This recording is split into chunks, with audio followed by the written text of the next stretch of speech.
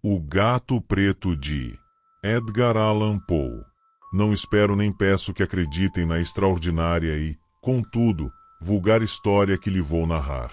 Na realidade, seria um louco se tal esperasse, num caso em que os meus sentidos repelem o seu próprio testemunho. E, todavia, eu não sou um doido e não estou sonhando, consertei. Mas, como devo morrer amanhã, quero hoje aliviar a minha alma. O meu fim imediato é apresentar ao mundo claramente, sucintamente e sem comentários uma série de simples acontecimentos domésticos. Pelas suas consequências, esses acontecimentos terrificaram-me, torturaram-me, aniquilaram-me. Entretanto, não tentarei aclará-los. Considero-os horríveis, ainda que a muitas pessoas possam parecer menos terríveis do que estranhos. É possível que mais tarde haja uma inteligência mais serena que reduza o meu fantasma à situação comezinha de simples lugar comum, uma inteligência mais serena, mais lógica e muito menos excitável que a minha, que nada mais achará nos acontecimentos que um conto com terror, do que uma sucessão ordinária de causa e efeitos naturalíssimo. Desde a infância que era notado o meu caráter naturalmente humilde e bondoso. A sensibilidade do meu coração era até então notória, que fizera de mim o joguete de meus companheiros. A minha maior tendência era uma amizade louca pelos animais, de que possuía uma grande variedade, com que a minha família me presenteara. Passava quase todo o tempo com eles e nunca me sentia tão feliz como quando lhes dava de comer ou os acariciava. Esta particularidade de meu caráter aumentou com o desenvolvimento físico, de forma que, depois de homem, o entreter-me com animais era um dos meus maiores prazeres. Aos que sentiram uma grande afeição por um cão fiel e inteligente, não necessito explicar a natureza ou a intensidade do gosto proveniente de tal afeição. Há na amizade desinteressada do animal, no sacrifício de si próprio, o quer que seja que toca diretamente no coração do que tem frequentemente ocasião de verificar a vil amizade e fidelidade mesquinha do homem natural.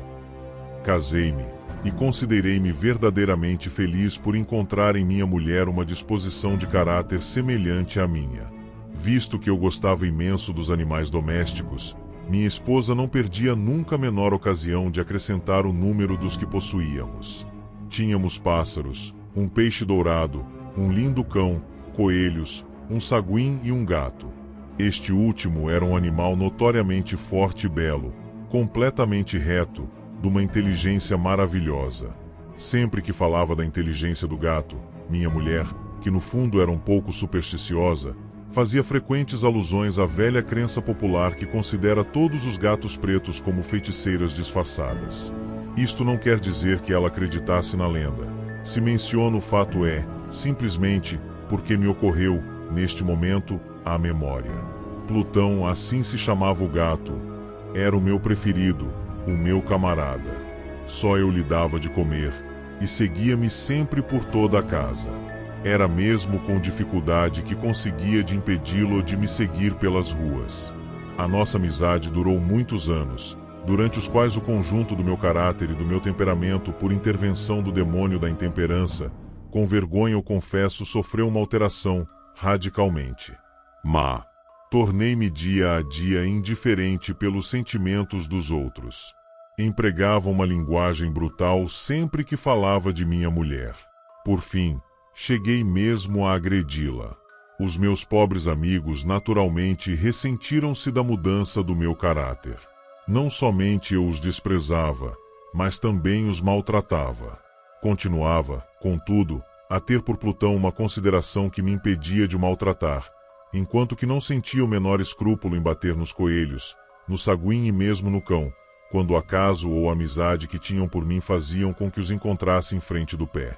Como me tornasse cada vez mais intratável, que vício a que possa comparar-se ao álcool.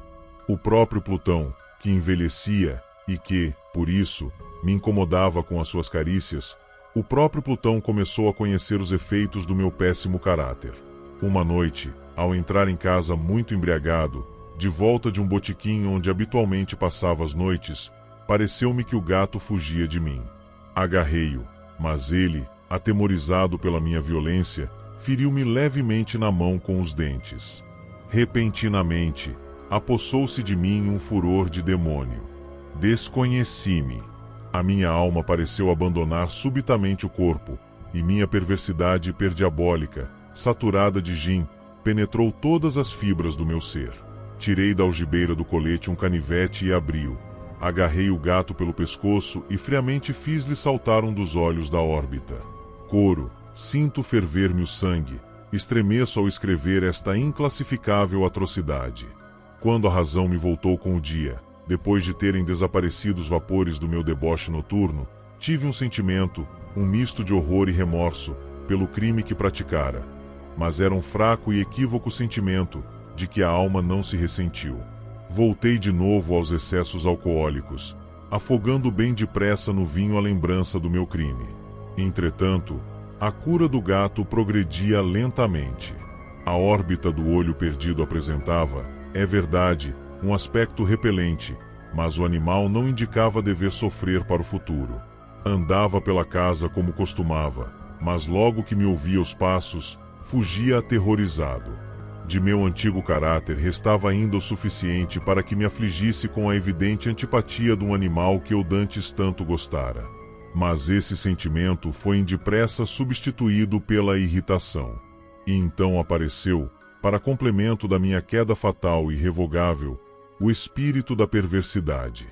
Deste espírito não tem a filosofia a menor noção. Todavia, tão certo como existir a minha alma, creio que a perversidade é uma das primitivas impulsões do coração humano, uma das primeiras indivisíveis faculdades ou sentimentos que dirigem o caráter do homem. Quem se não surpreendeu 100 vezes cometendo uma ação tola ou vil, pela simples razão de saber que não devia cometê-la? Não temos nós uma frequente inclinação, apesar da excelência de nosso senso, para violar o que se chama lei, simplesmente por compreendermos que é a lei? O espírito de perversidade, disse eu, causou a minha ruína final. Senti o desejo ardente, insondável, da alma se torturar a si própria, de violentar a própria natureza, de fazer o mal pelo amor ao mal, que me levou a continuar e, finalmente, a consumar o suplício que infligira ao pobre animal inofensivo.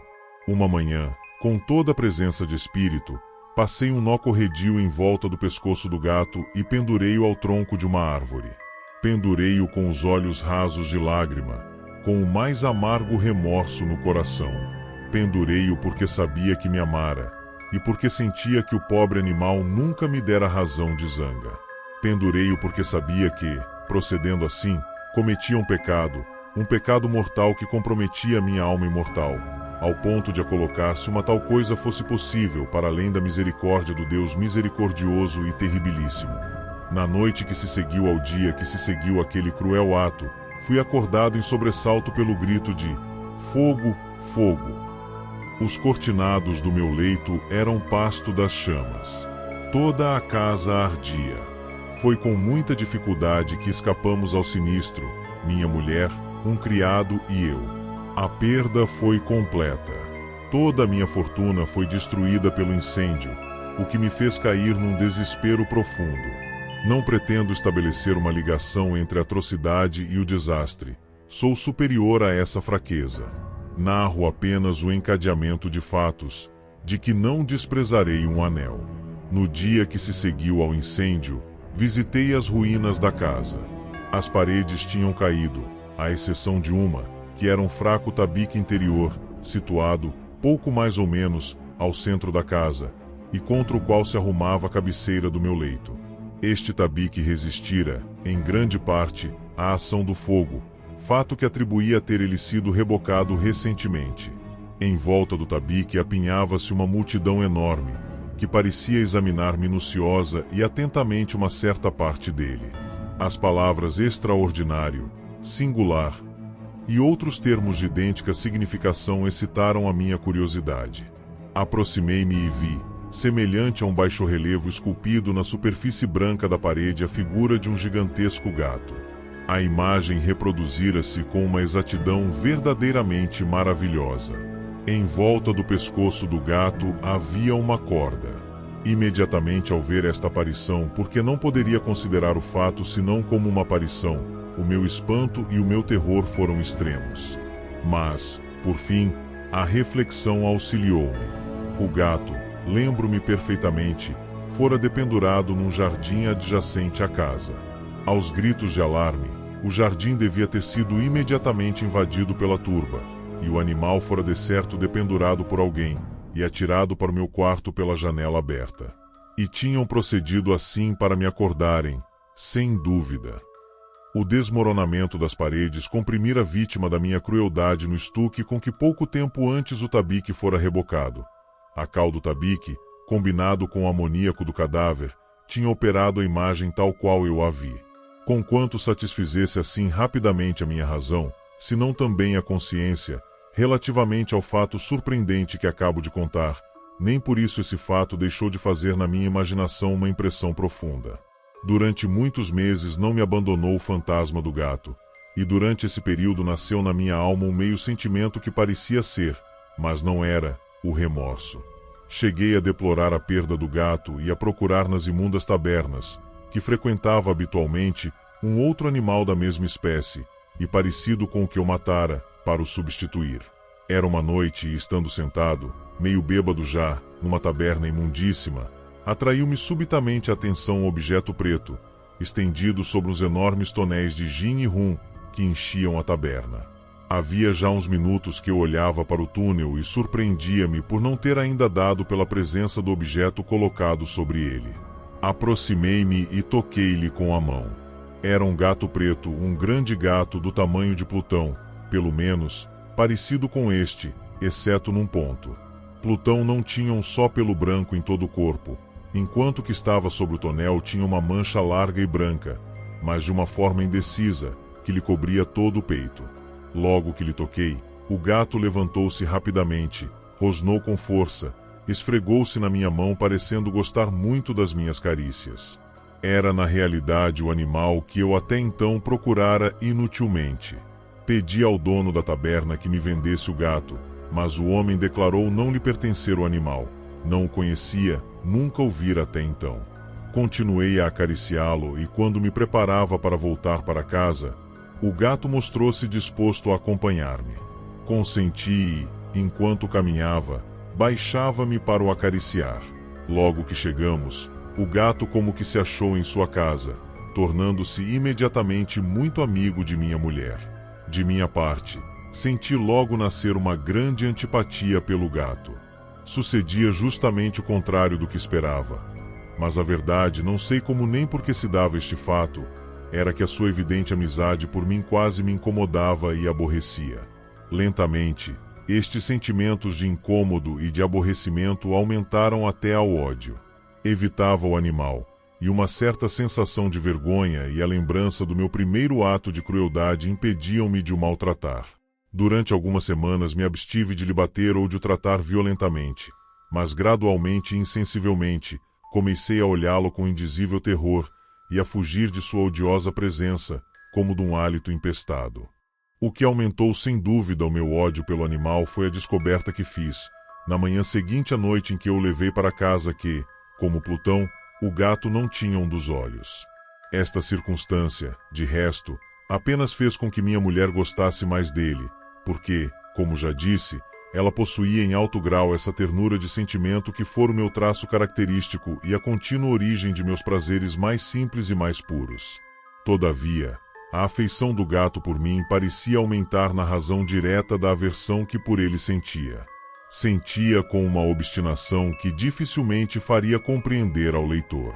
Sempre que me sentava, saltava-me para os joelhos, acariciando-me excessivamente.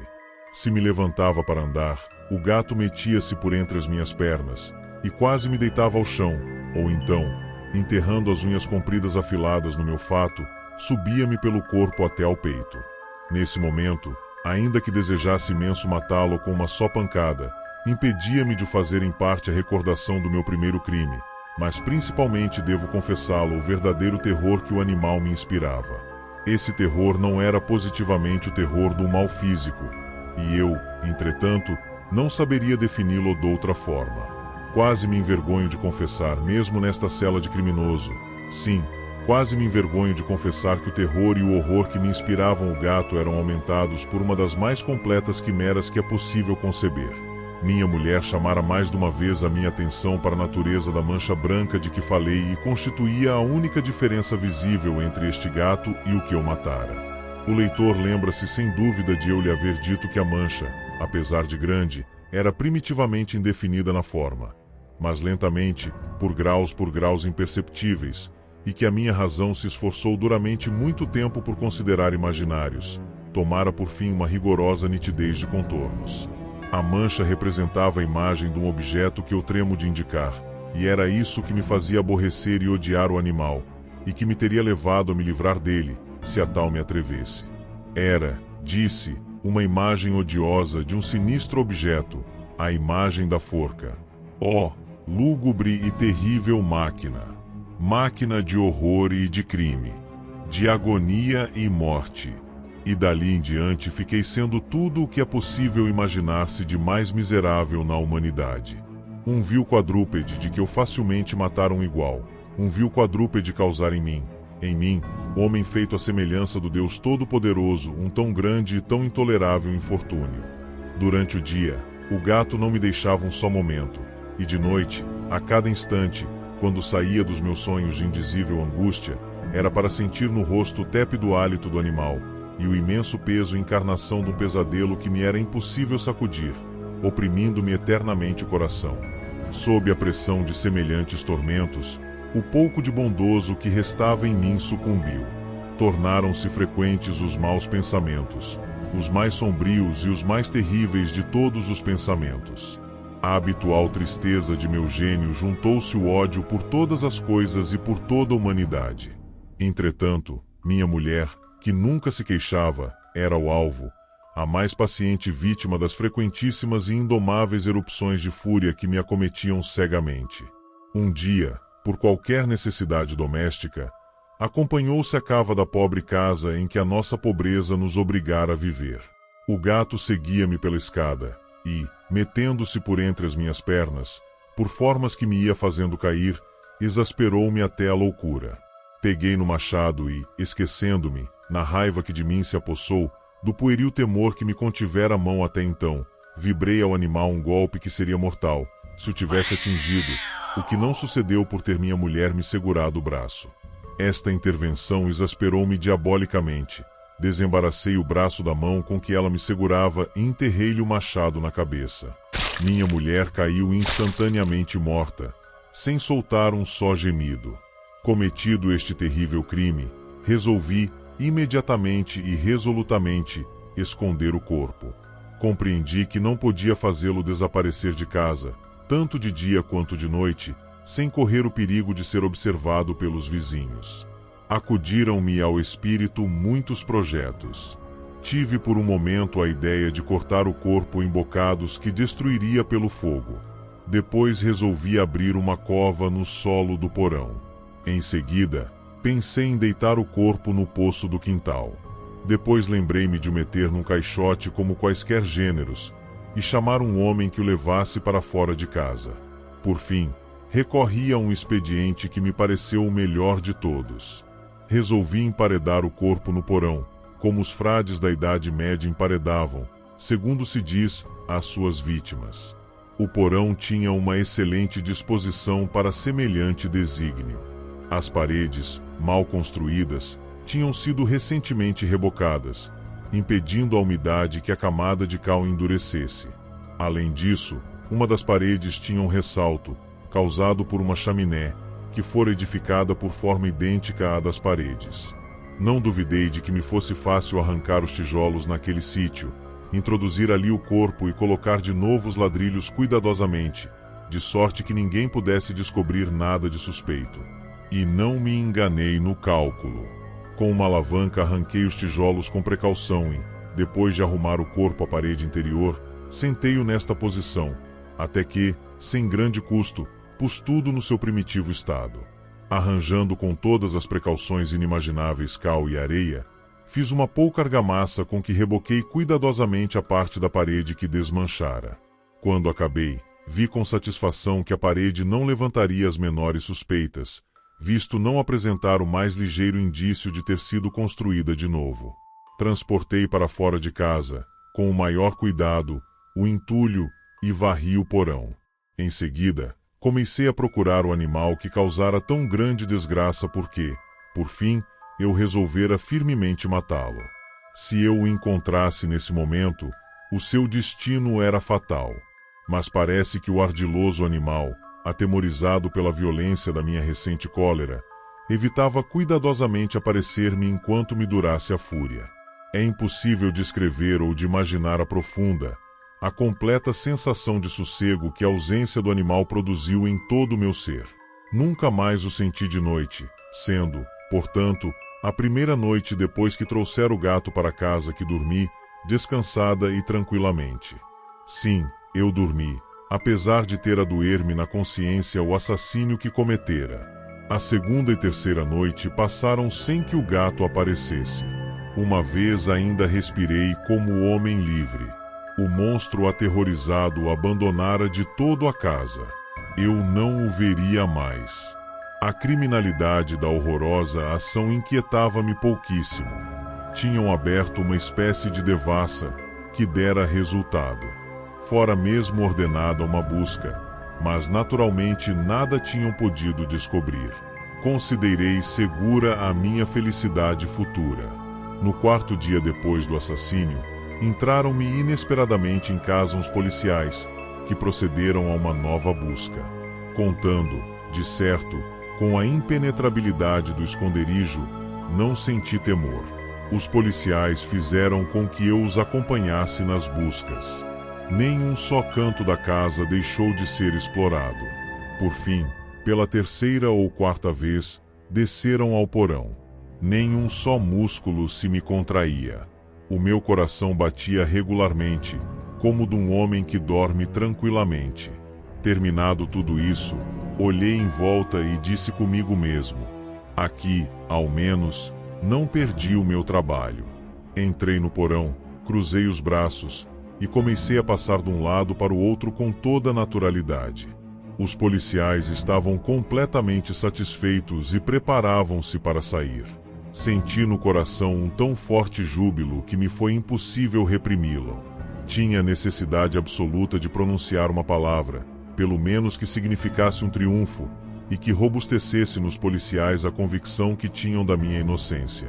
Meus senhores, disse eu por fim, quando os policiais subiam as escadas, sinto-me feliz por lhes ter dissipado as suspeitas. Desejo-lhes a todos uma excelente saúde, e em tudo nada mais que delicadeza. Esta casa é bem edificada, não acham, meus senhores? No desejo, que se apoderou de mim, de dizer qualquer coisa com ares impertinentes, nem sabia o que dizia. Pode dizer-se sem medo de errar que esta casa é admiravelmente bem edificada.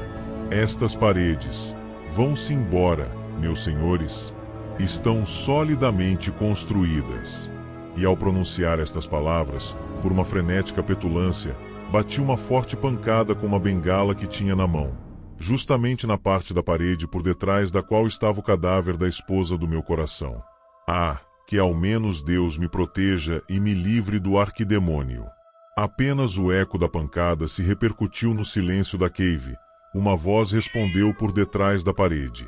Um gemido meio velado e entrecortado, como o vagido de uma criança, que imediatamente se transformou num grito prolongado, sonoro e contínuo, completamente anormal e anti-humano, um uivo, um ganido, misto de medo e esperança, como se pode ouvir no inferno, som terrível como se saído da garganta dos condenados às torturas infernais e dos demônios exultados pelas condenações. Dizer-lhes os pensamentos que me atravessaram o cérebro seria loucura. Senti-me desfalecer, encostei-me à parede fronteira. Durante um momento, os policiais conservaram-se imóveis sobre os degraus da escada, assombrados de horror. Um instante depois, uma dúzia de braços robustos puxavam encarniçadamente pela parte da parede da chaminé que dias antes eu rebocara de novo. A parede caiu, por fim completamente, por uma só vez. O cadáver, já bastante putrefato e coberto de sangue coalhado, apareceu direto aos olhos dos policiais. Sobre a cabeça do corpo, com a cabeça aberta e um único olho chamejante, estava o hediondo animal que me fizera praticar o assassínio, e cuja voz reveladora me entregava ao carrasco. eu emparedara o gato conjuntamente com o cadáver de minha mulher.